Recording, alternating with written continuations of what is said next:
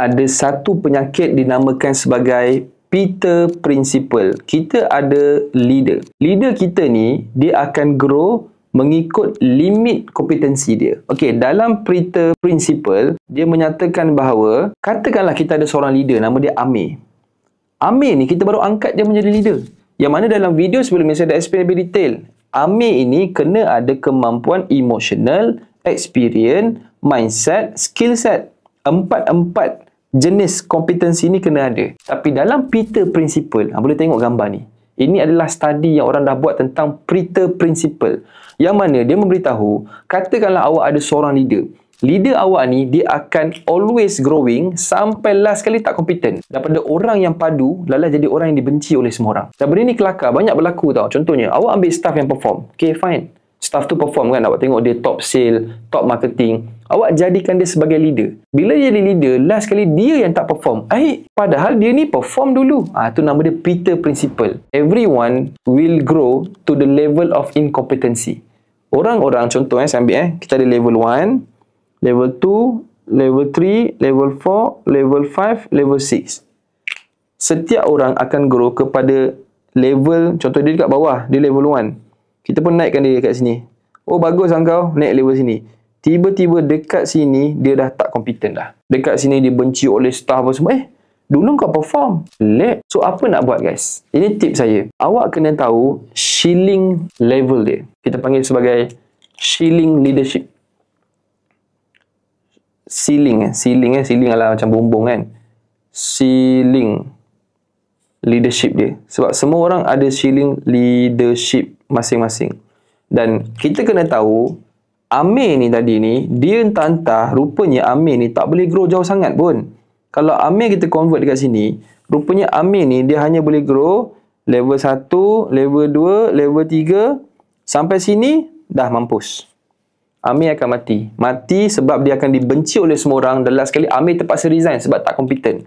So, salah siapa? Salah Amir ke salah management? Sebenarnya salah kita, salah management. Sebab kita terpush Amir beyond daripada growth dia. Amir jangan dipush jauh sangat. Amir sepatutnya kena push kat mana? Amir, kau stay je dekat sini, Meh. Amir. Sampai tahap ke semua ini dah improve, ni experience, emotional ni, semua ni dah improve. Okay, Meh, now baru kau naik level kepada sini. Sebab time tu kita tahu ceiling leadership dia. Jangan push to the max. Itu jawapan dia. Untuk mengelakkan Peter Principle ni daripada berlaku, jangan letak orang tu di luar daripada kemampuan leadership dia. Always letak 1 ke 2 tangga sebelum. Contoh kita tahu dia ni sebenarnya limit dia kat sini. So letak dia kat sini. So jauh sikit. Jangan push beyond. Kalau kita letak Amir dekat sini, confirm semua benci Amir. Time ni Amir dah handle 30 orang staff. Kononnya Amir jadi leader. Padahal Amir ni mungkin dia ada kelopongan dari sudut emosional. Mungkin emosional dia tak stable. Mungkin skill set dia tak stable. Mungkin experience dia tak stable ataupun mindset dia tak stable. Semua ni kena stable, barulah Amir akan naik level.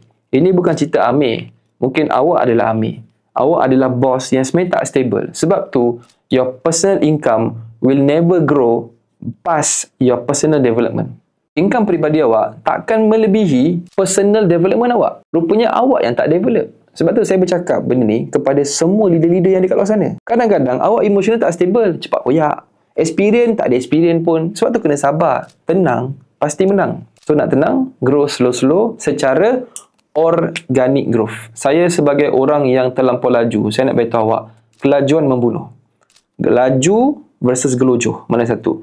So kita fokus kepada organic growth. Organic growth ni maksudnya awak grow company awak dalam keadaan yang normal, dalam keadaan yang tak memaksa. Tapi memang dia dah, yelah nak buat macam mana, dah sale naik 100,000, naik pergi 150, naik pergi 200. Tak adalah 100 lompat 300, 300 lompat 500,000, 500,000 boom menjunam 100,000 balik. Tak boleh macam tu. Ini kita nak growth yang organik. So jangan push leader kita terlampau tinggi. Untuk elak Amir yang sebenarnya budak yang paling perform dalam company kita, last kali Amir dibenci oleh semua tim, dan benda ni berlaku. Kepada bos-bos yang kat luar sana, cuba komen jadi ke tak jadi. Untuk saya personally yang dah hire lebih 400 orang, interview lebih 1,000 orang, benda ni dah jadi, dan saya sangat-sangat kecewa dengan diri saya sendiri sebab saya gagal mengenali ceiling leadership dia. So jangan buat kesilapan yang sama. Jumpa dalam video seterusnya.